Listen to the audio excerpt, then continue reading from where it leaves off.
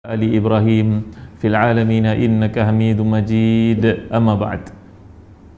Para penonton yang dirahmati dan dikasihi sekalian, sahabat, bertemu lagi kita dalam program Pondok Masjid, dan pada kali ini surah yang saya nak ajak tuan-tuan untuk merenungi bersama, tadabbur bersama adalah surah At-Tin. Ya, firman Allah Subhanahu wa taala, A'udzubillahi minasyaitonir rajim.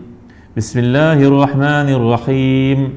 Wat-tini waz-zaitun وطور سينين وهذا البلد الأمين لقد خلقنا الإنسان في أحسن تقويم ثم رددناه أسفل سافلين إلا الذين آمنوا وعملوا الصالحات فلهم أجر غير ممنون فما يكذبك بعد بالدين أليس الله بأحكم الحاكمين Bala wa ana ala dzalika minasyahidin. Baik tuan, dengan nama Allah SWT yang bersifat dengan Rahman dan juga Ar-Rahim, demi buah tin dan juga buah zaitun dan bukit Tur dan juga Sinin dan bukit Tur Sinin dan negeri ini iaitu negeri yang aman.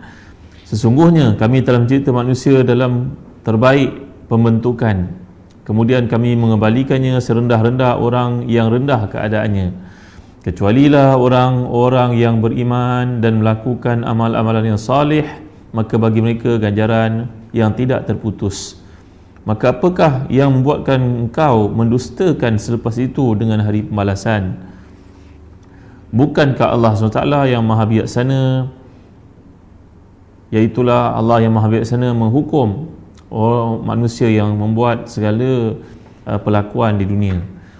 Jadi muslim-muslimat hati dan dikasihi sekalian, surah ni kalau kita perhatikan merupakan surah Makkiyah ya, ataupun surah Madaniyah. Maknanya ada persisihan para ulama dalam menentukan surah ni sama ada turun sebelum hijrah ataupun selepas hijrah, seperti yang disebut oleh Al-Imam Asyuti, Al-Imam Mahali dalam tafsir yang lain.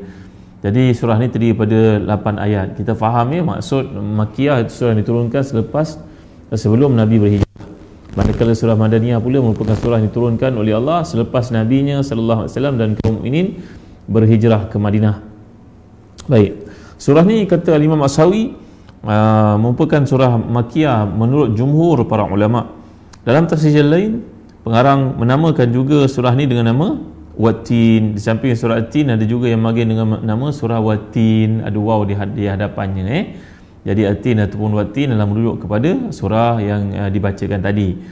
Jadi permulaan surah ni kita dapat lihat Allah bersumpah dengan nama Allah SWT. Allah bersumpah dengan buah tin dan juga buah zaitun, iaitu dua jenis buah yang sangat enak untuk dimakan, buah tin dan juga buah zaitun. Kemudian Allah bersumpah pula dengan bukit Tur Saina.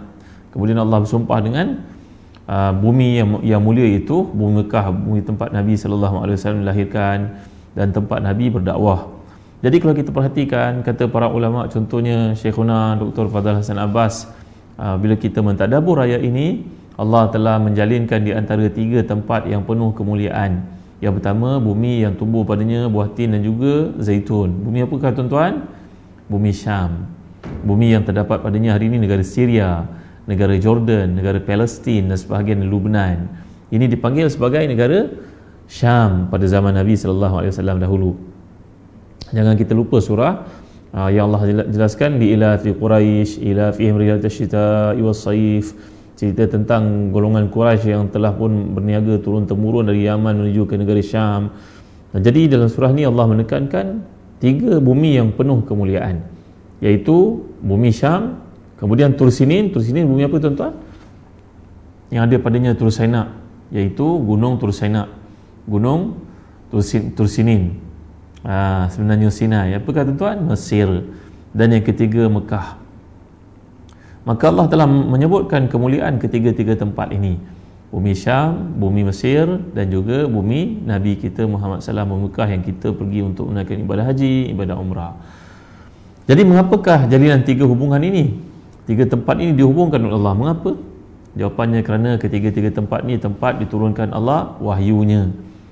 Jadi semua perutusan Nabi itu membawa manusia kepada peribadatan kepada Allah Subhanahu Wa Taala. Bagaimana Allah menyatakan, "Huwallazi ba'atsa fil ummiyyin rasulan minhum yatlu 'alaihim ayatihi wa yuzakkihim wa yu'allimuhumul kitaba wal hikmah wa in kanu min qablu lafi dhalalin mubin. Jadi tiga-tiga tempat ini Allah membangkitkan nabi-nabi untuk perutusan, membawa syariat, membawa umat untuk keluar daripada kegelapan, kesesatan kepada cahaya hidayah Allah SWT. Jadi nabi-nabi ni semua perutusan mereka lah sama, membawa manusia kepada beribadah dengan cara yang betul kepada Allah SWT. Kalaulah manusia pada hari ini mengatakan bahawa dia bijak, dia pandai, dia mempunyai akal yang genius, agak-agak boleh tak dia tahu jalan beribadah kepada Allah SWT tanpa panduan dikemukakan oleh cara yang diwahyukan oleh Allah kepada seorang Nabi. Maka berkata Abul Hasan Ali An-Nadwi dalam kitab beliau bertajuk Maza Khasirul Alam min Hitatil Muslimin. Abul Hasan Ali An-Nadwi ni seorang ulama besar keturunan Rasulullah SAW, tuan-tuan. Beliau berasal lahir di India, keluarganya di India. Dulu ketika British menjajah negara India itu, keluarganya cuba untuk pindah ke Mekah kerana mereka memang berasal dari keturunan Arab. Tapi ada orang berkata kepadanya, kalau engkau orang alim, keluarga orang saleh, macam kamu meninggalkan bumi India, maka siapa nak bimbing orang India ni daripada kesesatan kelak? Dengan datangnya penjajahan British, maka mereka pun tak jadi berpindah, tuan-tuan. Abul Hasan Ali An-Nadwi ni seorang ulama yang hebat. Saya saja cerita untuk tuan-tuan untuk faham ya. Beliau merupakan seorang ahli sufi yang terkemuka, seorang faqih yang hebat. Kalau dia pergi ke mana-mana tempat menziarahi para ulama masa hidupnya, dia tidak akan tidur di hotel, dia tidak akan tidur di tempat-tempat yang berprestige. Dia mengambil peluang untuk tidur di rumah para ulama yang terdapat di negara yang diziarahinya itu, untuk mengambil pedoman, berbincang, mujalasah, mencari faedah. Maka inilah dia tawaduknya Al-Imam Abul Hasan Ali An-Nadwi. Beliau menulis dalam bukunya bertajuk Maza Khasirul Alam min Hitatil Muslimin. Bagaimanakah dunia ini menjadi rugi apabila orang Islam tidak memimpin. Kerana India satu masa dahulu walaupun orang Islamnya minoriti, tapi mereka adalah kepimpinan. Maka negara India menjadi satu negara yang prosper, tuan-tuan, pada zaman kepimpinan orang-orang Islam di sana. Bila British datang, mewujudkan macam-macam cara untuk memecah belahkan orang di sana dan akhirnya menjatuhkan kepimpinan orang Islam dan menyerahkannya kepada kepimpinan Hindu, maka sampai hari ini persisian tidak pernah berakhir, tuan-tuan. Sentiasa pergaduhan itu berlaku, perebutan, pembunuhan, penganiayaan, kezaliman dan sebagainya. Tengok bagaimana hebatnya umat Islam memimpin, tuan-tuan ya? Maka Abul Hasan Ali An-Nadwi berkata, kalau kau pergi ke India, India ramai orang bijak sampai ke hari ini. India dah sampai ke bulan, tuan-tuan. India punya projek nuklear, tuan-tuan. India punya orang yang bijak dalam bidang arkitek, engineer, memang. Tetapi tengok bagaimana mereka menyembah.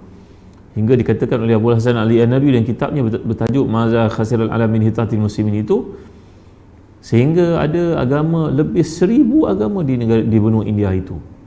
Yang paling pelik, tuan-tuan, ada kecenderungan untuk menyembah kemaluan orang lelaki, tuan-tuan. Mengapa?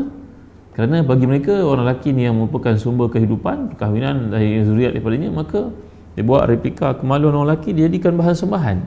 La haula wala quwwata illa billahil aliyyil azim. Barangkali kalau mereka jumpa dengan botol ni pun, tuan-tuan, ni botol ni pun diambil sebagai sembahan. Kerana bagi mereka segala benda yang pelik mendatangkan manfaat, maka tidak heran mereka menyembah lembu.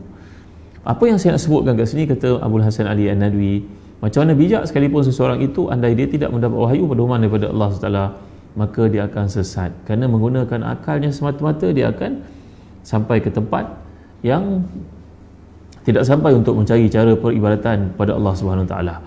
Maka tuan-tuan dimuliakan Allah sekalian, apabila kita merujuk kepada ayat ini, perhubungan di antara 3 bumi yang mulia ini, iaitu bumi Syam, bumi Mesir, bumi Mekah, adalah untuk menunjukkan kepada kita peri pentingnya dalam Islam kita kena faham perhubungan yang wujud di antara syariat-syariat yang pernah Allah utuskan kepada nabi-nabinya sebelum daripada Nabi Muhammad SAW lagi.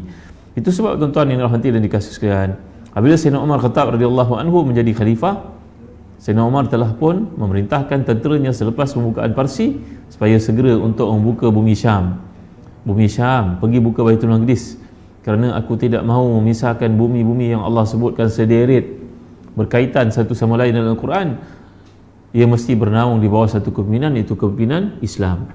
Maka Sayyidina Umar Khattab radhiyallahu anhu telah memerintahkan tenteranya untuk pergi membuka Baitul Maqdis untuk menjalinkan perhubungan yang telah Allah nyatakan dalam Al-Quran ini di antara bumi Mekah, bumi Syam dan juga bumi Mesir. Kerana Allah menyatakan, laqad khalaqnal insana fi ahsani taqwim. Kami telah menjadikan manusia ini dalam bentuk yang paling indah, paling cantik. Dalam kitab Nurul Furqan, daripada tafsir yang lain ni tuan-tuan, para penulis mengatakan apakah maksud fi ahsani taqwim ini. Maksud taqwim ini adalah mengelokkan, menyempurnakan rupa bentuk manusia, mencipta manusia dengan seelok-elok fizikal dan sebaik-baik bentuk. Manusia mengambil makanan dengan tangan dan dihiasi dengan ilmu pengetahuan, kefahaman, akal, kemampuan membezakan, percakapan, adab dan sebagainya. Dalam Hasyiatus Sawi Al-Jalalain mengatakan bahawa Allah memuliakan manusia dengan penciptaan yang cantik, berjalannya kepalanya ke atas, dadanya ke atas. Bayangkan binatang seperti kucing berjalan sebagai contoh bagaimana kepalanya sama tinggi dengan punggungnya, tuan-tuan dimuliakan Allah sekalian. Maka di sini menunjukkan kepada kita tentang kemuliaan yang Allah telah jadikan untuk percakapan, untuk perhubungan, rupa. Dibandingkan dengan binatang yang lain, maka ialah secantik-cantik kehidupan, secantik-cantik penciptaan, secantik-cantik persembahan Allah telah jadikan pada manusia ini. Kemudian Allah menjelaskan thumma radadnahu asfala safilin, kemudian kami kembalikannya serendah-rendah keadaan. Maksud serendah-rendah ini adalah menggambarkan manusia ketika tuanya ataupun ketika lemahnya. Ini satu pendapat daripada Al-Imam As-Sawi dalam Hasyiatus Sawi. Jadi ada kalanya maksud yang dikehendaki di sini adalah seorang yang telah pun tua, mula-mula segak. Tengok kan bagaimana anak-anak dijadikan daripada kecil, babynya merangkak, berjalan jatuh, berlari, kemudian jadi budak kecil, budak sekolah rendah, sekolah menengah, kemudian masuk ke universiti, kemudian jadi orang yang segak, berkahwin umur 33 tahun, 40 tahun, 50, menuju ke 50 ke atas, maka manusia sudah pun menjadi serba lemah. Jadi maksud kat sini thumma radadnahu asfala safilin. Jadi mereka menjadi serendah-rendah keadaannya. Daripada tadi keadaannya tegap, segak, cantik, kemudian Allah pun mengurangkan keadaan itu menjadi kurang daripada sebelumnya. Ada kalanya Allah mengutuskan untuk seorang itu uban. Jangan buang uban tuan-tuan. Makruh mencabut uban kerana manusia yang pertama dijadikan beruban oleh Allah SWT adalah Nabinya Ibrahim AS, seperti yang ada dalam hadis-hadis sahih riwayat Bukhari Muslim. Maka ketika rambut Nabi Ibrahim mula-mula beruban, sebelum itu tak ada seorang pun yang beruban. Jadi sampai Nabi Ibrahim, Allah menjadikan rambutnya beruban satu demi satu. Nabi Ibrahim bertanya kepada Jibril, wahai Jibril, apakah yang warna putih di rambutku ini? Isteriku bertanya kepadaku. Maka jawapan Jibril daripada Allah SWT, ini adalah tanda wakar. Wakar ni tanda hebat. Kan orang ni makin hari makin tua, makin segak bila dia beruban, janggutnya, rambutnya, maka penampilan akan menyebabkan orang merasa sayang, merasa kagum. Apalagi perasaan kalau orang tengah beratur ramai-ramai, kita bayangkan tuan di jabatan, tengok orang berubah, tentu orang kesian bagi dia apa dipanggil senior citizen, maka dia dipanggil sebagai warga emas. Ada lainnya sendiri, yang tempat duduknya yang khas, dimudahkan. Jadi tanda uban ini tanda seseorang akan mati. Allah menjadikan itu sebagai satu putusan untuk dia bersedia, dia akan sakit, dia akan mati dan sebagainya. Maka itu sebabnya tuan-tuan dimuliakan Allah dalam ayat ini mengatakan daripada keadaannya segak, handsome, kacak, jelita, cantik, kulitnya tegang, matanya nampak dengan baik, maka kemudian matanya menjadi kabur, uban di kepalanya mula berterabur dan kulitnya kendur. Jadi tuan-tuan, jangan takut untuk menghadapi hari tua tuan-tuan buatlah persiapan untuk menghadapi hari tua dengan banyak akan ketakwaan.